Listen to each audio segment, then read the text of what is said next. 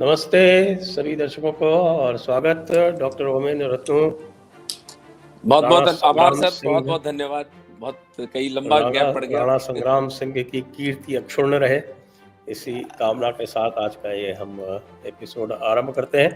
तो आप राणा संग्राम सिंह के 1508 में उन्होंने मेवाड़ की गद्दी संभाली थी, राज्यारोहण हुआ उनका।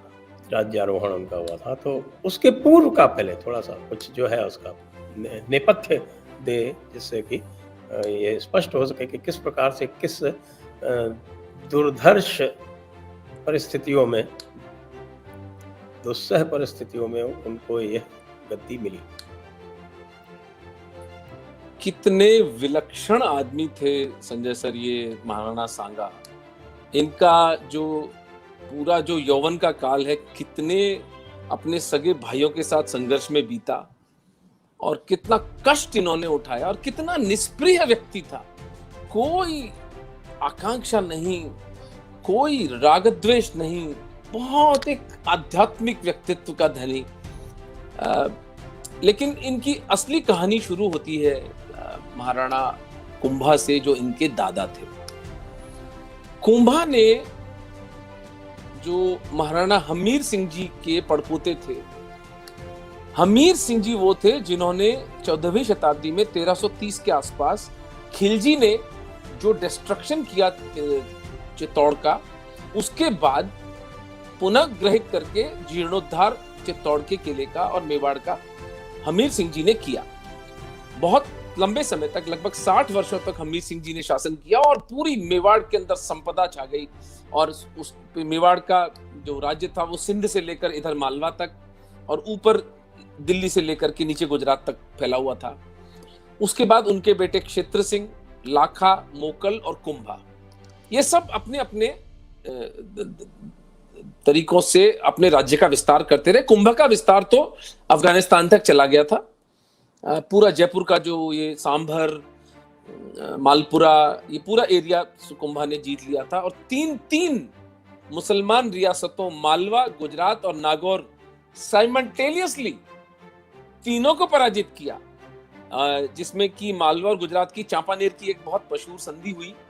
उसके बाद भी कुंभा ने उनको पराजित किया। टॉड लिखते हैं कि ये कुछ ऐसा था कुंभा का कार्यकाल, जैसे कि उनको पूर्वाभास था कि मुसलमानों के द्वारा जो अब भीषण आक्रमण होने वाला था, वो सारा का सारा ठीकरा सांगा के सर पर फूटेगा। This is the language that Todd uses. तो ऐसा कुछ हो सकता है कि कुंभा को पूर्वानुमान रहा हो, या उन्होंने अपने राज्य में इतनी संपदा, इतना धन, इतनी रिसोर्सेज इकट्ठे कर लिए कि वो एक बहुत भरा पूरा साम्राज्य अपने बच्चों के लिए छोड़कर गए थे। दुर्भाग्य से कुंभा की हत्या उन्हीं के बेटे ऊदा ने करी, लेकिन फिर सामंतों ने विद्रोह करके ऊदा को निष्कासित करके महाराणा रायमल को मेवाड़ का राजा बनाया। रायमल बहुत ही यशस्वी, बहुत महत्वाकांक्षी और बहुत अच्छे मिलिट्री स्ट्रैटेजिस्ट थे। रायमल ने राज्य का विस्तार किया, राज्य की सीमाओं का और राज्य की जो इकोनॉमी थी उसको बहुत सुदृढ़ किया। और रायमल के 12 पुत्र थे, जिनमें 3 जो सबसे बड़े थे वे थे पृथ्वीराज, जयमल और संग्राम सिंह। तो संग्राम सिंह तीसरे नंबर के पुत्र थे रायमल के। वो नैसर्गिक रूप से मेवाड़ के उत्तराधिकारी नहीं थे, लेकिन हुआ कुछ यूं कि एक भविष्यवक्ता के पास ये लोग गए और उसमें रायमल के छोटे भाई सूरजमल, यानी कि सांगा के जो चाचा थे, वो साथ में थे। ये 4 जने वहां ये पूछने गए कि मेवाड़ का उत्तराधिकारी कौन बनेगा। तो उस भविष्यवक्ता ने कहा कि मेवाड़ का उत्तराधिकारी तो महाराणा संग्राम सिंह जी होंगे। तो पृथ्वीराज बहुत महत्वाकांक्षी थे, बहुत अच्छे योद्धा थे, बहुत अच्छे राजकुमार थे, एक्सेप्ट इसके कि उनको क्रोध बहुत आता था। तो भगवान बुद्ध ने कहा है ना, you will not be punished for your anger, you will be punished by your anger. तो ये पृथ्वीराज के जीवन की दुर्दशा और दुख भरी कहानी है। लेकिन उस दिन पृथ्वीराज ने अपनी तलवार की मूठ से सांगा की दाईं आंख फोड़ डाली। उस दिन सांगा की रोशनी चली गई एक आंख की।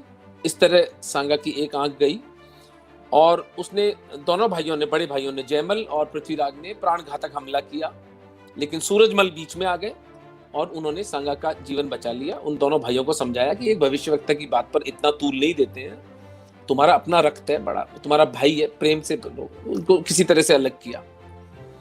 अब हिसाब से तो सांगा को उसके बाद में अपने बड़े भाइयों से बात भी नहीं करनी चाहिए थी, द्वेष पालना चाहिए था, लेकिन वो इतने सरल व्यक्ति थे कि पृथ्वीराज के मन में कांटा खलता रहता है। वो एक चारणी स्त्री बीरीबाई, जो कि उस वक्त बहुत मान्यता थी जिनको कि एक शक्ति के रूप में माना जाता था, वो बीरीबाई के पास आते हैं, पुनः यही प्रश्न लेकर जाते हैं और सांगा पुनः उनके साथ चले जाते हैं। ये उस आदमी की सरलता थी। तो वो मंदिर में जब जाके बैठते हैं देवी के, तो बीरीबाई ने एक तो सिंहासन लगा रखा था और एक नीचे गलीचा जाजम बिछा रखी थी। सांगा और सूरजमल अपने सरल स्वभाव के कारण जाके जाजिम पर बैठ गए और पृथ्वीराज और जयमल जाकर के सिंहासन पर बैठ गए। जब वो देवी आई मंदिर में तो उन्होंने पूछा भाई वीर कैसे आए हो? तो कहा कि हम ये पूछने आए हैं कि मेवाड़ का अगला अधिष्ठाता कौन होगा। तो उन्होंने कहा इसका निर्णय तो हो चुका, जो जाजम पे बैठा है वही होगा। अब दोनों के दोनों जो है वो तलवार लेकर के सांगा के ऊपर जो हमला किया, और इस बार बेचारे चाचा ने फिर रक्षा करी और सांगा को चिल्लाए कि तुम निकल यहाँ से, अब तू मारवाड़ चला जा, यहाँ से निकल जा, बस अब तू अब यहाँ मत रहे, मेवाड़ में मत रहे तू, वरना ये तेरे भाई तुझे रक्त के पैसे तुझे मार डालेंगे। चाचा ने रक्षा करी, चाचा लड़ते रहे और सांगा को बचकर निकलने का समय मिल गया। सेवंत्री नाम के गांव में घायल सांगा आते हैं और वहां एक राव बीदा, जो इनके पुराने परिवार के मित्र थे, वो सेवंत्री के सामंत थे, वो गोपीनाथ जी के मंदिर में उनको रख के उनकी सेवा शुश्रूषा करते हैं। लेकिन जयमल जो छोटा भाई है वो पीछा करता करता वहां तक आता है। राव बीदा संघर्ष करते हैं, युद्ध करते हैं जयमल से और मारे जाते हैं उसमें। लेकिन सांगा को इतना समय मिल जाता है कि वो इस बीच मारवाड़ की तरफ निकल जाते हैं और वे उसके बाद आज भी जो जगह है श्रीनगर अजमेर में, श्रीनगर में जाकर वो रहते हैं। वहां पर एक ठाकुर थे करमचंद पंवार, राजपूत थे, उनके यहाँ पर वो गडरिये की नौकरी करते हैं, उनकी भेड़े चराने का। और 2-4 वर्षों तक ये चलता है। वे अपना राज चिन्ह, अपना घोड़ा, अपने स्वर्णाभूषण, वे सब वो त्याग देते हैं और एक गडरिये की जिंदगी, मेवाड़ का राजकुमार आराम से, कोई बिना किसी शोर शराबे के, एक बहुत ही लो प्रोफाइल में वहां पर निकाल रहा होता है। कालवश पृथ्वीराज का झगड़ा उनके साले से हो जाता है, किसी बात पर हड़ास थे वो लोग, कोई कहासुनी होती है, वो खाने में जहर मिलाकर पृथ्वीराज की हत्या कर देते हैं। पृथ्वीराज की अंत्येष्टि कुंभलगढ़ में ही होती है और मेवाड़ का एक बहुत यशस्वी राजकुमार, लेकिन शॉर्ट टेम्पर्ड और बहुत ओवर एम्बिशियस, इस तरह काल का ग्रास बन जाता है। जयमल की हत्या उनका एक मित्र रतन सिंह होता है, वो किसी बात पर उनकी आपसी विद्वेष के कारण कर देता है। रायमल का हृदय टूट जाता है कि अब मेरा तो वंश ही खत्म हो गया, मेरे सारे जो बड़े जो राजकुमार थे, बाकी राजकुमार सब छोटे छोटे हैं। तब कोई उन्हें आके बताता है कि आपके जो तीसरे पुत्र हैं सांगा और संग्राम सिंह, वो जीवित हैं, घायल हैं, तो लेकिन वो श्रीनगर में ठाकुर करमचंद पंवार के यहाँ पर हैं। सामंत जाकर सांगा को खोज निकालते हैं और सांगा को चित्तौड़ लाया जाता है और 1508 में इस तरह से अपने 2 भाइयों के विद्वेष और हत्या को लांग कर, एक अपनी आंख गंवाकर, उतना बैड ब्लड जिसे कह सकते हैं अपन करके, और सांगा रायमल के उत्तराधिकारी के रूप में 1508 में मेवाड़ का राज्य संभालते हैं। ये उनकी पृष्ठभूमि है सर। ये राज्य संभालने तक की उनका है। उसके बाद फिर जो उनकी जो विजय पताका फहराती है पूरे देश में, उसके बारे में थोड़ा वर्णन करें। कमाल का आदमी था सर, कमाल। देखिए, he was living such a low profile life as a shepherd, and then he transitions into one of the greatest military warriors Hindus have ever produced. I wish there was a time machine. I mean, we could go back and see the transformation of this man. कहाँ तो ये आदमी reconciled था, कहाँ तो ये आदमी इतना spiritual अपनी realm में थे कि बोले यार ठीक है, भाइयों ने कर दिया, आंख भी फोड़ दी, चलेगी। I mean, otherwise आप राजपूतों की दुश्मनी आप देखिए, किसी की आंख क्या फोड़ दे, किसी को कुछ बोल दे। आप देखें, कुंभा के पोते थे, नहीं, कुंभा के फादर जो थे महाराणा मोकल, वो कितनी छोटी सी बात पर उनकी हत्या हुई। उनके पिता की कोई कीप थी जो एक, जिसको पासवान कहते हैं, वो खाती थी, तो उसके बेटे थे चाचा और मेरा, उनके साथ तीनों आखेट पे जाते हैं अपने, मतलब सौतेले भाई बहनों के साथ, महाराणा मोकल। और वो पूछते हैं कि ये पेड़ किस प्रजाति का है, वो कोई सैनिक पूछता है, तो कहते हैं इनको चाचा मेरा को पता होगा, ये अनुभवी ज्यादा है।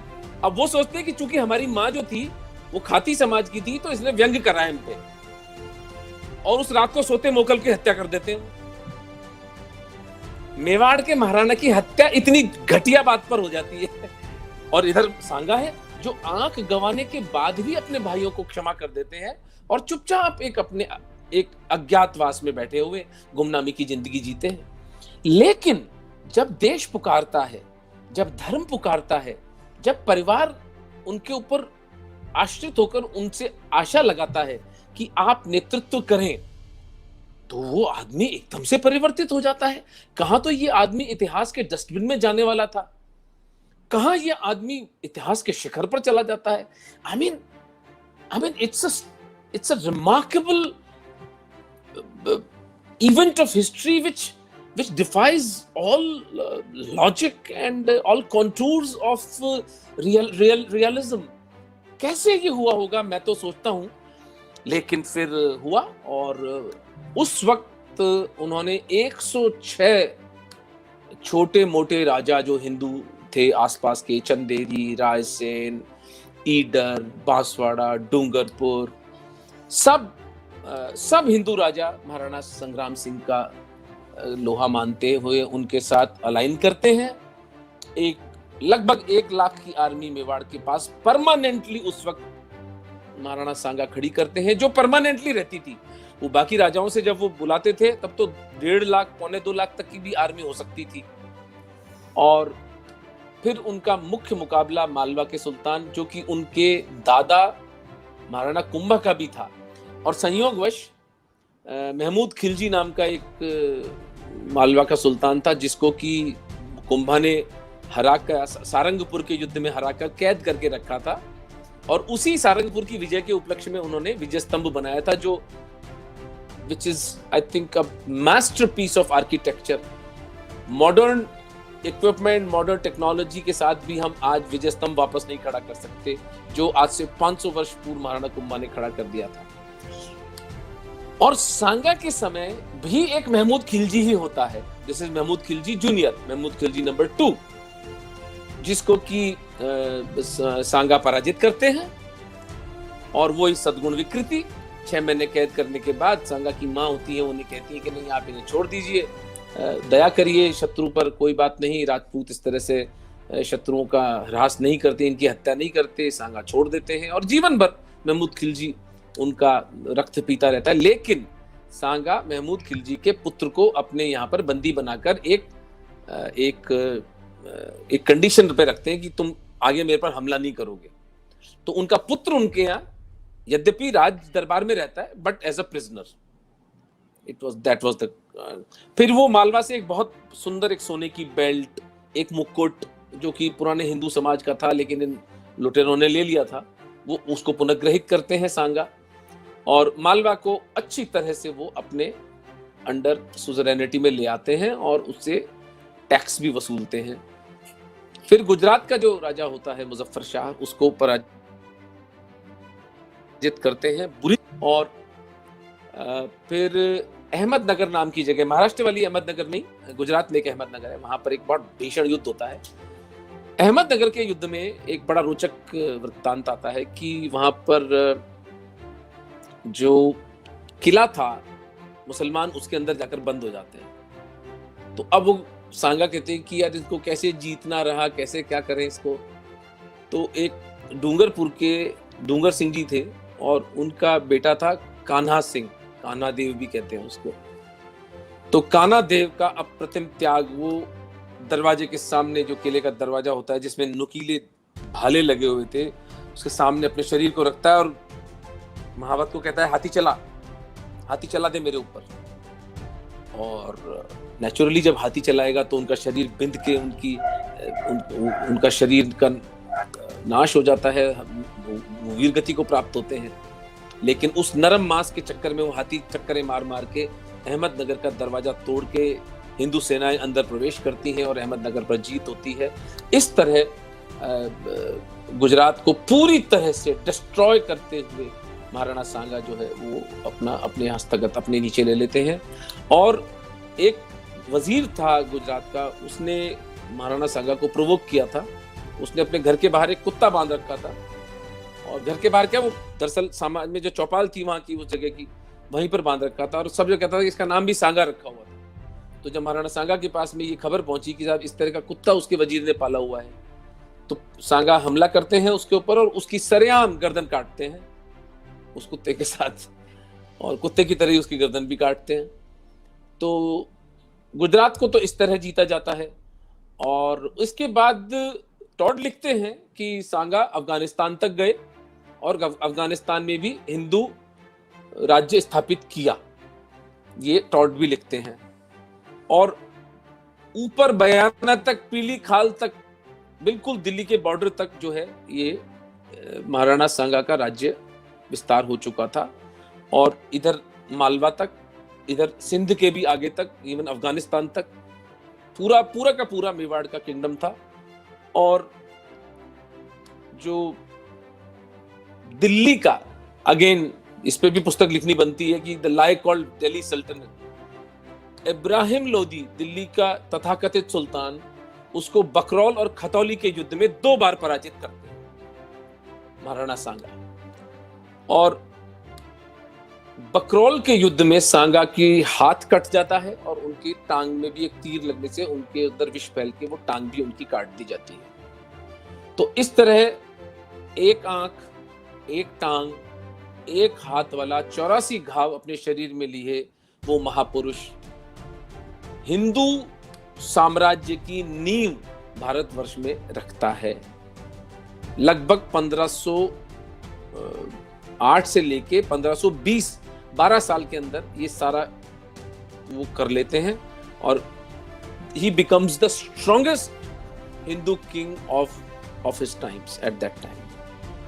Close to 2 lakh armies उनके पास में इकट्ठा हो गई थी इस वक्त, कि जब अब अगर मेजर कोई इन्वेजन करना होता सांगा को तो 2 लाख की आर्मी लेके चलते थे, which is a huge number by any standards. अब हम आते हैं लोदी की हार के बाद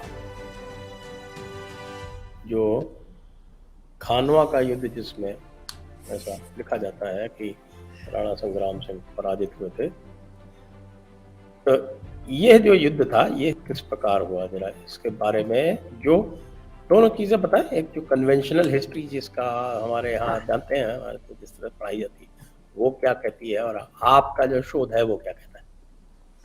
सर, मैं ना उससे पहले अपने को ये देखना पड़ेगा कि एक बहुत बड़ा झूठ जो वामपंथी जिहादियों ने चलाया है उसका खंडन करना बहुत आवश्यक है कि महाराणा सांगा ने पत्र लिखकर बाबर को इब्राहिम लोदी को हराने के लिए बुलाया था। मुझे कोई तर्कनिष्ठा से समझने की आवश्यकता क्या पड़ी? जब वो खुद 2 बार हरा चुके थे तब उसके बेटे को कैद किया था उन्होंने, और शायद उस वक्त 4 या 5 लाख स्वर्ण मुद्राएं लेने के बाद उसके बेटे को छोड़ा था, इब्राहिम लोदी के बेटे को। ये हाल था। अच्छा, आरसी मजुमदार लिखते हैं कि वो जो पत्र था वो गुजरात के मुजफ्फर शाह ने लिखा था और वो डूंगरपुर के राजा ने इंटरसेप्ट कर लिया जब वो जा रहा था लेकर के हरकारा, और वो लेटर सांगा के पास आ गया। सांगा ने तैयारी कर ली कि अच्छा, इन लोगों की तैयारी ये है कि ये अफगानिस्तान से एक उज़्बेक को बुला रहे हैं बाबर को, तो ठीक है, लोधी पोधी तो कोई थ्रेट था ही नहीं सांगा के लिए, बाबर को ठिकाने लगाते हैं। ये आरसी मजूमदार ने लिखा है कि सांगा ने ऐसा कोई लेटर नहीं लिखा था, लेकिन इसका मुख्य आधार क्या बताते हैं? उस झूठे बाबर का जो बाबरनामा है उसमें लिखा है कि जब सांगा ने उनको लेटर लिखा था।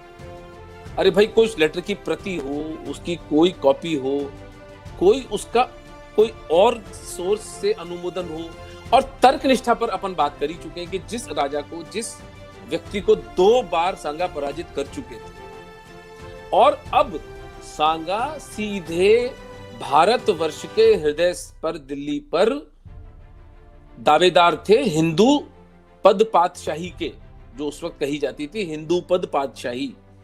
हिंदू साम्राज्य की स्थापना का लक्ष्य लेकर सांगा चल रहे थे। वो क्यों किसी अफगान को, किसी उज़्बेक को, किसी टर्क को बुलाएंगे? लेकिन हमारे सबसे मिलिटरीली सबसे पावरफुल राजा को बदनाम करने की चालें देखें आप, ये कहां से निकाल कर लाते हैं। और कोर्ट किसको किया जा रहा है? जिनके यहां अल तकिया एक स्टैंडर्ड डॉक्ट्राइन है कि आप अपनी विक्ट्री के लिए, आप किसी का धर्म परिवर्तन करने के लिए, आप अपनी जान बचाने के लिए झूठ बोल सकते हैं। इस चीज को रिलीजियस सैंक्शन है। इन झूठों की, इन बेईमानों की लिखी हिस्ट्री को हम बड़ा प्रामाणिक, अखंड ब्रह्म वाक्य और ब्रह्म सत्य मान रहे हैं, तो फिर समझ जाना चाहिए कि ये बहुत बड़ी चालबाजी है और ये झूठ है, और सांगा जितने महापुरुष को, सांगा जितने बड़े महापुरुष को नीचा दिखाने की एक घटिया किस्म की ओछी चाल है। इसका खंडन तो पुरजोर करना बहुत आवश्यक हो जाता है कि सांगा ने ऐसा कोई पत्र बाबर को नहीं लिखा था। You agree with this? ये तो देखिए कॉमन सेंस ही नहीं कहता है। Common sense. इब्राहिम लोधी जैसे सिद्दी को हराने के लिए, जिसको 2 बार स्वयं हरा चुके हैं, उसको हराने के लिए किसी दूसरे को क्यों बुलाएंगे? क्यों बुलाएंगे? वो भी उज़्बेकिस्तान से। और बाबर था क्या उस वक्त उज़्बेकिस्तान? कौन था? भी नहीं था। बिल्कुल ठीक बात है, बिल्कुल ठीक बात है, बिल्कुल ठीक बात है। वो तो वहां से इसके बाद भगाया गया था, हरा के भगाया गया था उसको। वो पीठ पाट ऑन द रन था, उसको कहीं कोई जगह चाहिए थी तो इधर घुसाया। सर लुटेरे थे, मर्सनरीज थे, जिसको कि जैसे सीताराम गोयल कहते हैं ना, द ब्रदरहुड ऑफ बैंडिट्स, गुंडों का भाईचारा। हिंदुओं की औरतें लूटो, हिंदुओं का माल लूटो और आपस में बांट लो। तो ये बहुत बड़ा इंसेंटिव था, क्योंकि खुद को तो इनको वेल्थ क्रिएशन, वेल्थ जनरेशन आता नहीं था। और खोने को क्या था इनके पास? खोने को क्या था? They had nothing to lose. अब ये सीधे साधे भोले वाले, हाँ, वो तो आज भी नहीं आता। वही तो कह रहा हूँ ना, वो कुछ बदला थोड़ी है। मेरी पुस्तक में मैंने अंत में लिखा है, साइलेंस ऑफ द लायंस। मैं राजपूतों के, सरदारों के, गुजरों के जो मार्शल कम्युनिटी, जाट्स हैं, मैंने उनको ताना देते हुए लिखा है कि यार तुम कैसे चुप हो गए? हमारे देश के शेर क्यों चुप हो गए? जो हमारे मार्शल कम्युनिटीज को नीचा दिखाया गया, और उसकी the conflict is still on, the same conflict with the same connotations, with the same old treachery is being played, albeit with a new script. And it is some index of the mediocrity, घटियापन हमारी leadership का, कि हम आज भी 1400 साल पुरानी इस script को न समझ पा रहे हैं और न उसको, उसके उस थ्रेट को उसी लेवल पर काउंटर कर पा रहे हैं। पर अब तो खैर काउंटर शुरू हुआ। समझने का प्रयत्न ही नहीं कर रहे हैं। प्रयत्न करें तो समझना इतना दुष्कर नहीं है। बिल्कुल सही कह रहे हैं सर आप। उल्टा आउटराइट कैपिटुलेशन है। उल्टा तो क्या, जो समझाने की कोशिश करते हैं उनको कहते हैं अच्छा आप तो इंटेलेक्चुअल हैं, जैसे कि व्यंग्यात्मक रूप से। और ये इनका जो एंटी इंटेलेक्चुअलिज्म जो है वो बहुत सुपीरियर है। क्या करें? इसीलिए कहते हैं ना कि साहब के वो तुलसीदास जी, बाबा तुलसीदास कह गए हैं ना कि मूर्ख हृदय ने चेत चह गुरु मिलहि बिरंचि सम। वाह, वो साक्षात ब्रह्मा जी भी गुरु होके आ जाए तब भी तो भी मूर्ख हृदय ने चेतना नहीं जाग सकती। यद्यपि सुधा बरसहि जलद, है ना? फूल ही फल ही न भेद, पूरा जो पूर ही सोरठा फल है, ही न वे जदवि सदा फूल ही फल ही न भेद, जदपि वाह। सदा बरसहि जहद, और मूरख हृदय न हृदय न चेत, चेत। चह गुर बिनहि लंच। वाह क्या बात है, विलक्षण है। तुलसीदास जी की बातें भी, सोरठा कितना सुंदर है। तो सर अब आगे चलते 1526 हैं। में इब्राहिम लोदी की हत्या के बाद बाबर जो है वो अपने गुंडों के साथ, अपने मर्सनरीज के साथ नेगोशिएशन करता है सांगा के साथ, और कहता है कि उसको एक ही थ्रेट रह गई थी, उसको समझ में आ गया था कि भारतवर्ष में उसका कोई एक्चुअली कोई ऑपोजिशन इतना नहीं मिलने वाला है उसको। और लेकिन सांगा से वो बहुत होशियार था, और सांगा की तरफ उसने शांति संदेश भेजा, और सांगा ने उसे मना कर दिया कि नहीं, तुम या तो टैक्स दो मुझे, या मैं तुम्हें मारने या हराने आ रहा हूं। तो सांगा उस वक्त पूरे भारतवर्ष की 1.5 लाख हिंदू सेना लेकर मेवाड़ से चले, और उनको पता चला कि बाबर के गुंडों ने बयाना के किले पर कब्जा कर लिया है। तो रणथंबोर जो किला था वो सांगा पहले ही ले चुके थे। अली नाम का एक सिपह सालार था, उसको मार डाला था। उसको जान से मारने के बाद में रणथंबोर राजपूतों ने ले लिया था। रणथंबोर में इन लोगों ने अपने आप को फोर्टिफाई करके और फिर बयाना पर हमला किया। तो बयाना पे जो एक बरलास करके इनका एक राइटर है, वो लिखता है कि राजपूतों जैसा वॉरियर्स मैंने नहीं देखा। ये तो जुर्ज का कहता है वो, कि मतलब मृत्यु का रूप है ये साक्षात। न कभी पीठ दिखाते हैं न कुछ। बयाना में टोटल वॉश आउट हो जाता है जो इसकी आर्मी थी। मुझे जनरल का नाम कासिम में ऐसा कोई नाम था उसका, उसको भगा देते हैं सांगा के जो वॉरियर्स थे। और बयाना के युद्ध को ये लगभग 15-16 फरवरी के आसपास होता है, खानवा के युद्ध से एक माह पूर्व 1527 में, जब सांगा उत्तर में अपनी सेना को लेकर आ चुके होते हैं।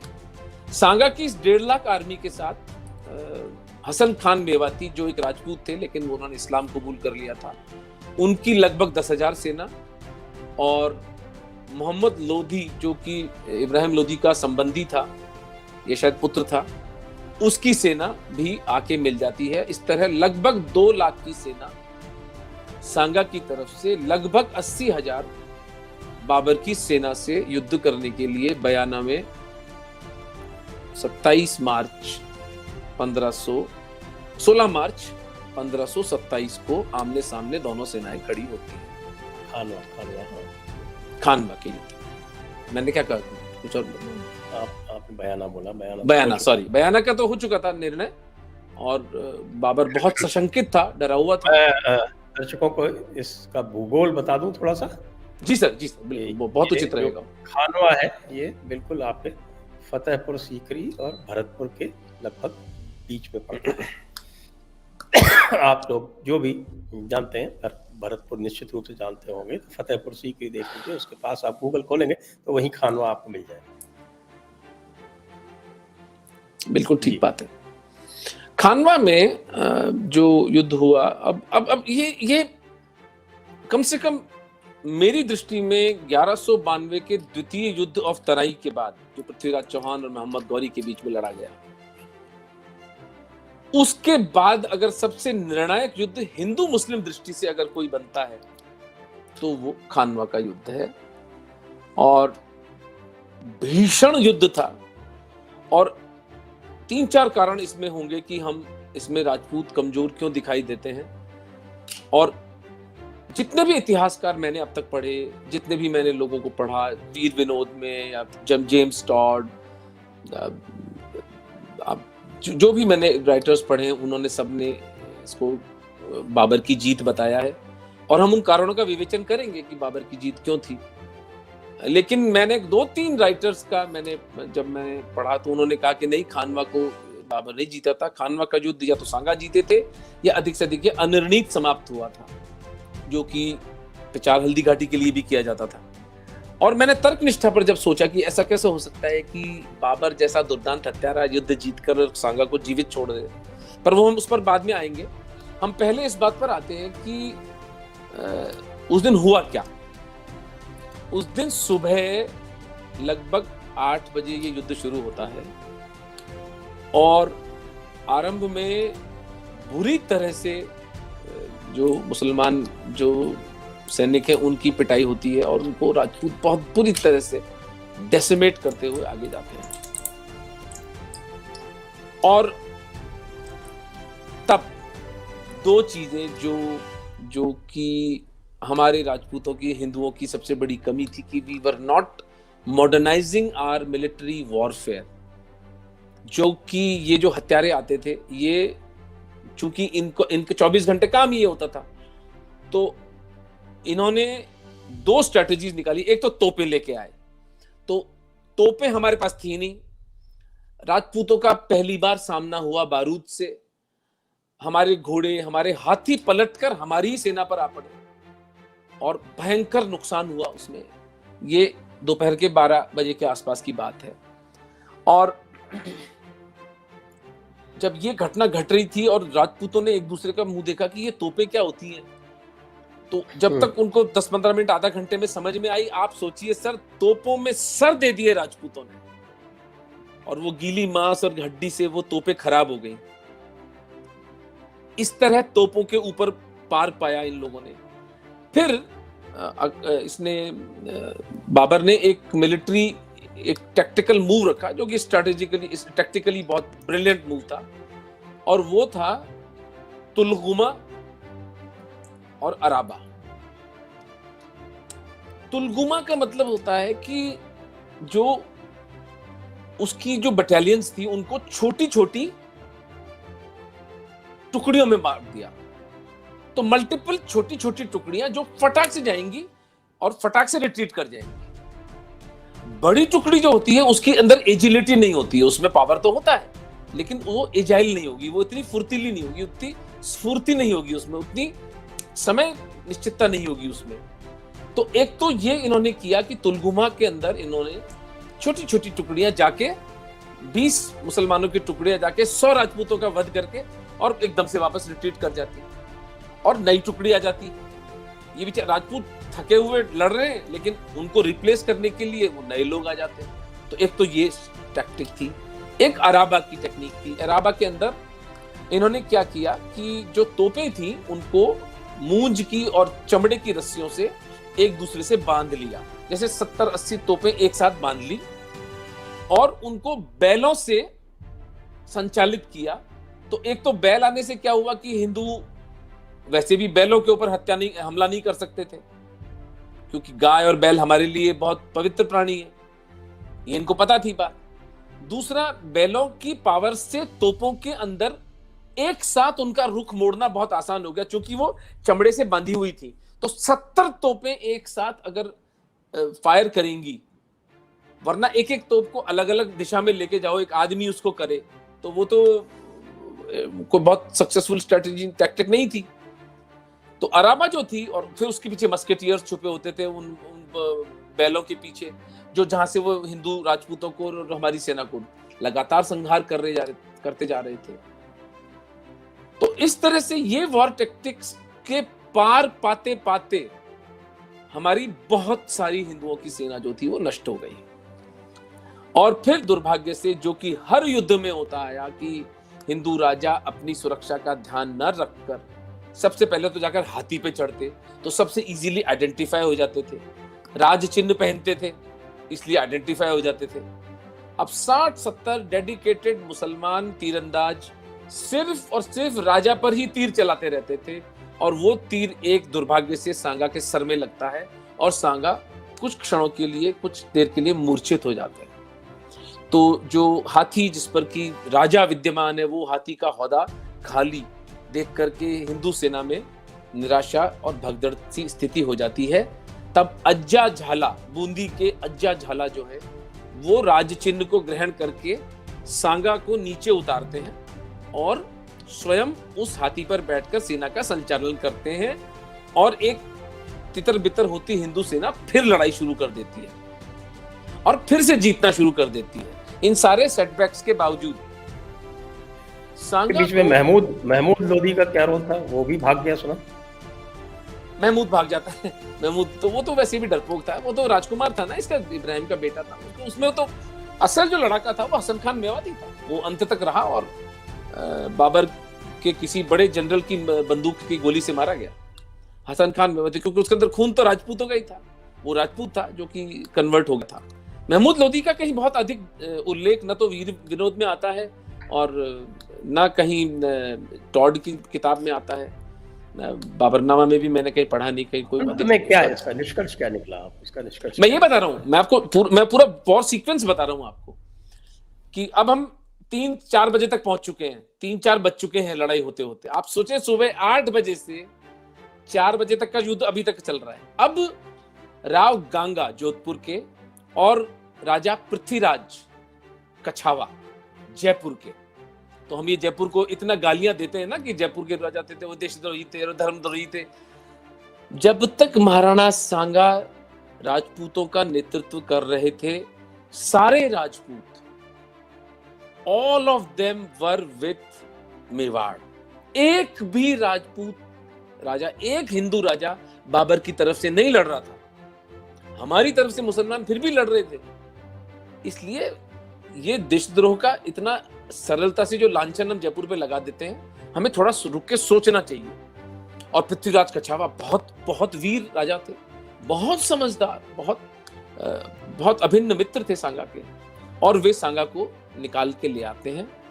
और सांगा बहुत क्रोधित होते हैं जब होश में आते हैं कि नहीं, मुझे वहां से तुम्हें नहीं लाना चाहिए था, मैं वहां नहीं रहूंगा तो हम युद्ध हार जाएंगे, मुझे वापस लेके चलो। सांगा उनको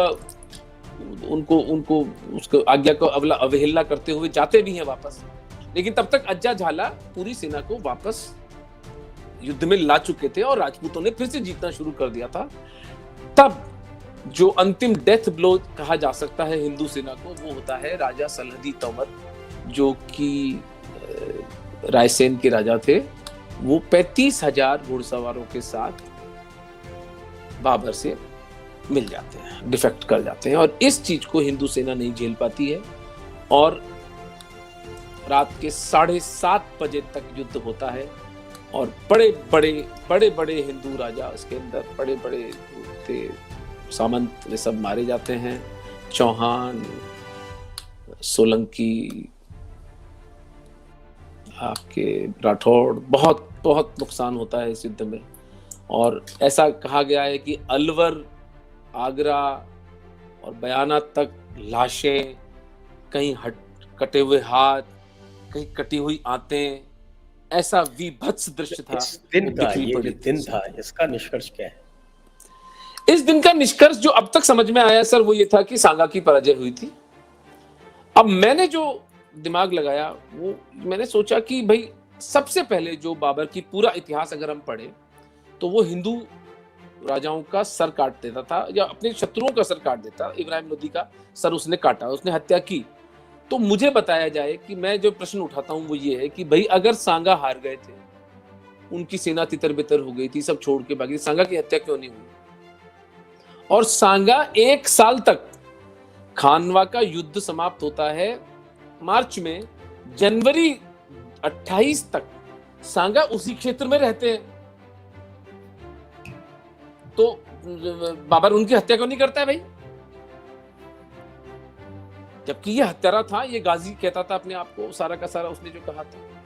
और राज प्रशस्ति में जो रणछोड़ भट्ट तेलंग का लिखा हुआ राजाश्रय प्राप्त इतिहास है मेवाड़ का, उसमें खानवा को सांगा की विजय बताया गया है,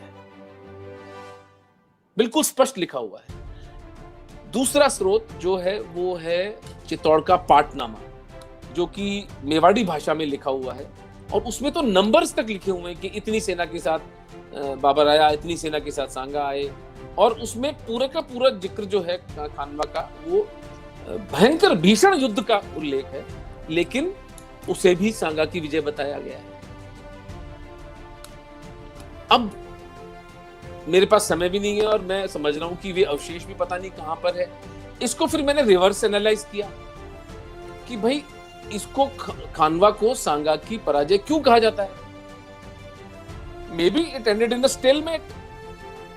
तो कहते हैं कि जी हर जगह जो मुझे जो प्राइमरी सोर्स मिला जो कि इवन आरसी मजूमदार कोट करते हैं, वो बाबरनामा है। कम से कम मैंने 3-4 मित्रों से बात की, उनसे कहा कि कोई और स्रोत है जहां पर सांगा की हार का अनुमोदन होता है या बाबर की जीत का अनुमोदन होता है। तो मुझे किसी ने अभी तक तो कुछ बताया नहीं है। मैं अगर मेरे दर्शक अपने बता सके हमें कि कोई और प्राइमरी सोर्स है जो कहता है, इंडिपेंडेंट सोर्स, इवन मुसलमानों के द्वारा लिखा हुआ कोई सोर्स जो कहे कि सांगा की पराजय हुई थी खानवा के युद्ध में, तो हम शायद उसको मान भी ले। एक बाबरनामा के आधार पर हम उसको उसकी हार मान रहे हैं। और तर्क की दृष्टि से अगर सांगा 1 वर्ष तक जीवित रहते हैं खानवा के युद्ध के बाद, तो कोई मुझे बता दे खानवा सांगा की पराजय कैसे हुई। अच्छा, अगर वाकई सांगा हारे होते, हाँ आप कुछ कहने लगे? जी हाँ, नहीं, अब मैं कह रहा हूँ कि इसको जल्दी समाप्त करेंगे, फिर बस हम मैं प्रश्नों अंतिम पर बात कर जाएंगे। रहा हूँ, दो बातें कर रहा हूँ। अगर वाकई खानवा में सांगा हारे होते तो मुगलों ने पूछे, बाबर ने पीछा क्यों नहीं किया सांगा का? मेवाड़ अछूता रहता है, रणथंभौर अछूता रहता है, बयानत तक उसकी सेना नहीं आती है। और बाबरनामा में खुद लिखता है ये, अगर बाबरनामा इतना ही प्रामाणिक ग्रंथ है, कि दिल्ली से आगरा के बीच में मेरी नींद उड़ी रहती थी कि राजपूत कब हमला कर दे मेरे ऊपर। तो मेरा अपना एक जो तर्क निष्ठा पर मैं बात सोचता हूं, वो वही है जो प्रताप के जीवन में होता है कि 1 वर्ष तक सतत संघर्ष, स्कर्मिशेस वगैरह चली हैं। और दोनों पुस्तकें, चित्तौड़ का पाटनामा और राज प्रशस्ति, कहते हैं कि सांगा की और बाबर की 2 बार मीटिंग्स हुई।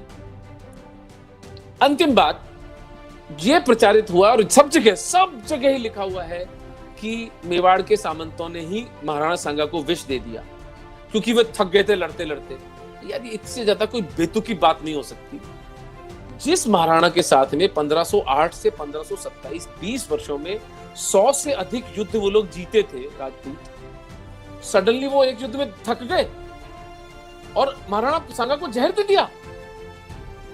ये बात गले नहीं उतरती है। बल्कि इन मुगलों का और इन पूरे मुसलमान हत्यारों का, जो इन्वेडर्स आए थे, इनकी टेक्निक थी कि ये अपने दुश्मनों को जहर दे दिया करते थे। तो ये जरूर है, इस पर अन्वेषण हो, थोड़ी रिसर्च हो, कोई व्यक्ति वहां जाकर के उन वहां के अवशेषों को खंगाले, कुछ एक्सकेवेशन हो। आई डोंट नो, मुझे नहीं पता कैसे हम कभी सिद्ध कर भी पाएंगे या नहीं कर पाएंगे। तो हमें ये पता चले कि सांगा की मृत्यु के समय कुछ राइटर्स ऐसा लिखते हैं कि वो जो पानी का स्रोत था फतेहपुर सीकरी का, उसके पास में बाबर का कैंप था और उसने पानी के सोर्स को पॉइजन कर दिया था। तो फिर प्रश्न ये उठता है कि अगर उसने पॉइजन कर दिया था तो अकेले सांगा की मृत्यु तो नहीं होती, उसमें बहुत से लोग मारे जाते। तो ये चीजें हैं, प्याज के छिलकों की तरह थोड़ा बहुत उतारने का प्रयास कर रहे हैं। लेकिन सांगा की हत्या का परिणाम ये हुआ कि राजपूत कॉन्फेडरेशन समाप्त हो गया। और लेकिन एक बात और है कि मुगल सल्तनत की स्थापना तो हुई नहीं। 1530 में बाबर मर गया और हुमायूं धक्के खाता फिरा। शेरशाह सूरी ने उसको जूते मारकर भगा दिया था। फिर वो शेरशाह की किसी एक्सीडेंट में डेथ होती है तो हुमायूं वापस आता है। मुगल सल्तनत, तथाकथित मुगल सल्तनत शुरू होती है 1556 में, दूसरे पानीपत के युद्ध में, अकबर के और हेमचंद्र भार्गव के युद्ध के साथ। तो ये कहना कि बाबर कोई मुगल सल्तनत का था, वो तो हेमचंद्र विक्रमादित्य के बारे में फिर कभी बात करेंगे, वो तो नेक्स्ट है। आज यहीं पर इसको, हमारी आपकी चर्चा यहाँ पर समाप्त करके इसको विराम देके और दर्शकों के प्रश्न ले लेते हैं। दर्शकों से अनुरोध है कि कृपया इस वीडियो को लाइक करें, इसको शेयर करें, हमारे डिस्क्रिप्शंस पे जाएं और वहाँ से हमको सपोर्ट करें, हमें फॉलो करें और बेल आइकॉन भी दबाएं। शिवानी जी कह रही हैं आपके सारे पैनलिस्ट और आप मिलकर भारत की सही हिस्ट्री लिखें प्लीज, हम फंडिंग करने को तैयार हैं। आज के भारत का सही इतिहास जानना है। धन्यवाद शिवानी जी, आप बहुत सुंदर बात है, बहुत सुंदर आपकी भावना को हम परामर्श है, प्रशंसा करते हैं। नेवर एंडिंग राणा सांगा अमर रहें। Thank you JDN Omendra sir, धन्यवाद आपको। अजय शर्मा जी धन्यवाद। मिशन CR7 धन्यवाद। गौरव गर्ग, जब सांगा ने लेटर पकड़ लिया तो बाबर को उस लेटर के बारे में कैसे पता चला? वेल इट्स एनीबॉडीज गेस, दूसरा लेटर भी तो जा सकता है। लेकिन लेकिन ये the basic thing is this, to say that Sanga sent the letter to Babur to invade Bharatvarsh and remove Ibrahim Lodi from Delhi is a white lie. That's the bottom line. Babur को कैसे पता चला? बाबर एक झूठा आदमी था। बाबर तो उसकी तो जीवन, वो तो he was a sexual pervert, हत्यारा, बिल्कुल विदाउट एनी मॉरल, इमोरल आदमी था। तो उसकी झूठों का और उसकी पुस्तक का तो क्या हम कोट करेंगे? ये तो हमारे इतिहासकारों का घटियापन है, ये इनकी निकृष्टता है कि इन्होंने ऐसे आदमी को कोट करके भारतवर्ष का इतिहास लिखा है और हिंदू इतिहास को कंप्लीटली डिनाई कर दिया है। सांगा का नाम अपनी पुस्तकों में आता नहीं है। ये तो हमारा घटियापन है, हमारे इतिहासकारों का घटियापन है। अगला प्रश्न, ये तो आज के इससे संबंधित नहीं है, आज भी छत्तीसगढ़ के जसपुर में हिंदुओं पर आक्रमण हुआ है। अभिजीत सुधाकर, सेकंड जौहर कब हुआ जो रानी कर्णावती ने किया? वो तो हुमायूं और बहादुर शाह, गुजरात का बहादुर शाह आया था 1535 में। और ये अगेन देखिए, एक व्यक्ति कितना इंपॉर्टेंट होता है। सांगा की हत्या का परिणाम मेवाड़ छिन्न भिन्न हो गया। अगर सांगा होते तो बहादुर शाह की हिम्मत थी कि वो मेवाड़ पर हमला करता और महारानी कर्मावती को जौहर करना पड़ता 35,000 स्त्रियों के साथ। और वो जो राखी वाली बात है वो पूरी तरह से झूठ है, वो बकवास। कोई ऐतिहासिक प्रमाण नहीं, कोई राखी वाकी नहीं भेजी गई थी। और आप कितनी राखियां भेज दें इनको, ये अपनी सगी बहन को नहीं मानते। मुसलमान में बहन जो है वो होती ही नहीं है, अलावा वो अपनी सगी माँ की, सगी को भी कहाँ छोड़ते हैं सर? तो उसके अलावा कहाँ से बेवकूफी की बात है। स्पाइकी इब्रार, रविंदर सर को प्रणाम, संजय सर को प्रणाम के साथ इस्तिंजा आप दोनों की जय। इन लोगों को दीन की दावत की आदत पड़ गई है sir. Shaktipal channel sir book कब आएगी? बुक हिंदी में होगी ना भाई, क्षमा चाहता हूँ, विजयदशमी के दिन रिलीज होनी थी, दीपावली तक पोस्टपोन हो गई है बुक। इसीलिए देरी विलंब हो रहा है क्योंकि हिंदी का अनुवाद कर रहा हूँ उसका, और अनुवाद क्या वापस ही लिखनी पड़ रही है, उसकी आत्मा ही मर गई अनुवाद में। तो अंग्रेजी में अलग लिखी, हिंदी में अलग लिखी, दीपावली तक आ जाएगी। Next,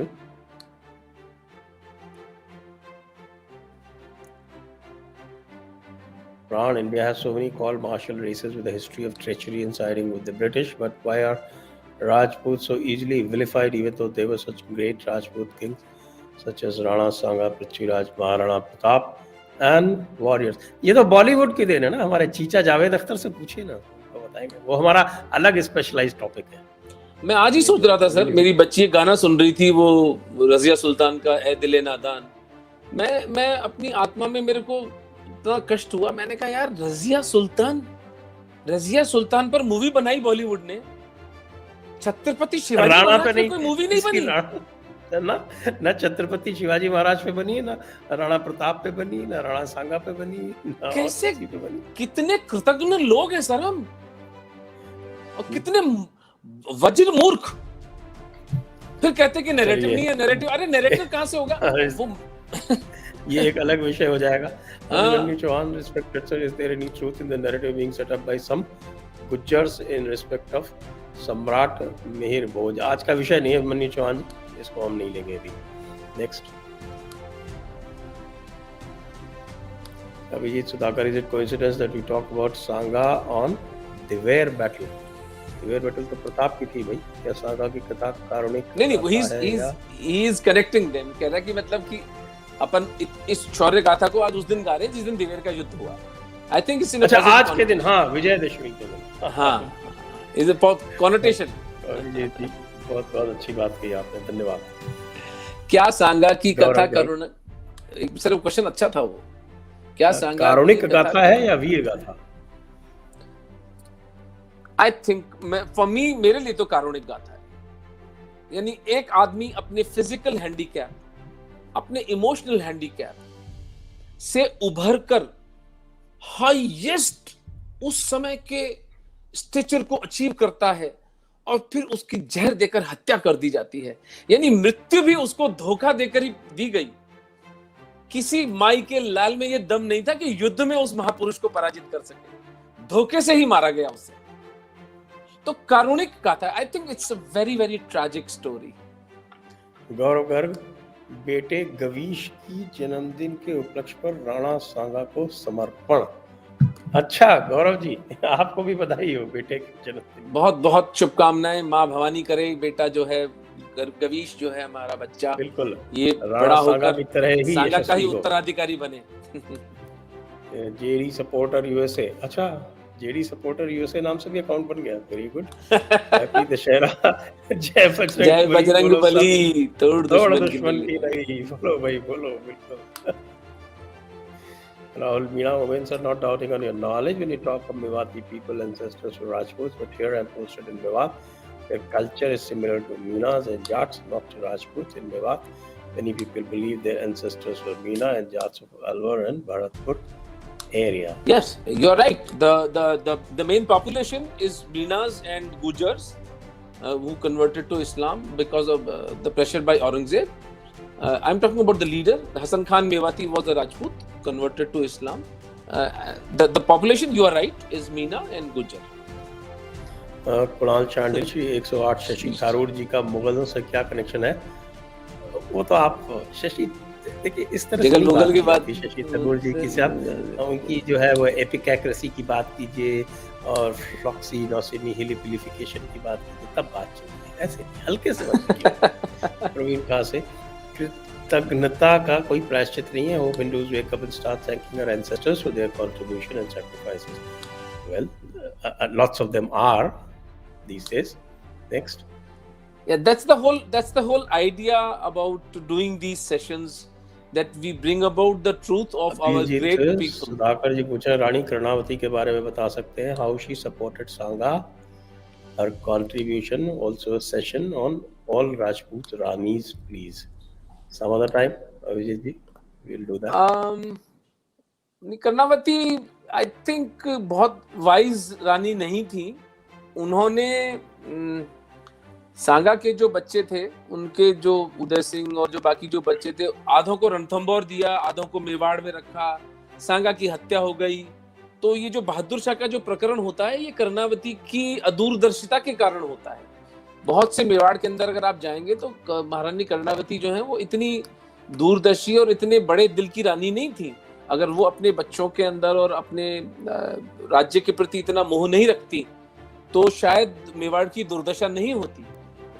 she is not a very wise queen. JD supporter USA पत्रम पुष्पम $51। बहुत बहुत बहुत आभार, बहुत आभार, धन्यवाद आपको। Next. That brings us to the end of the show. Thank you all viewers. आप सभी को धन्यवाद, उमेश जी को धन्यवाद। Thank you sir, thank you so much. Vande Mataram. Vande Mataram. एक लिंग भगवान की जय। हर हर महादेव, हर हर महादेव।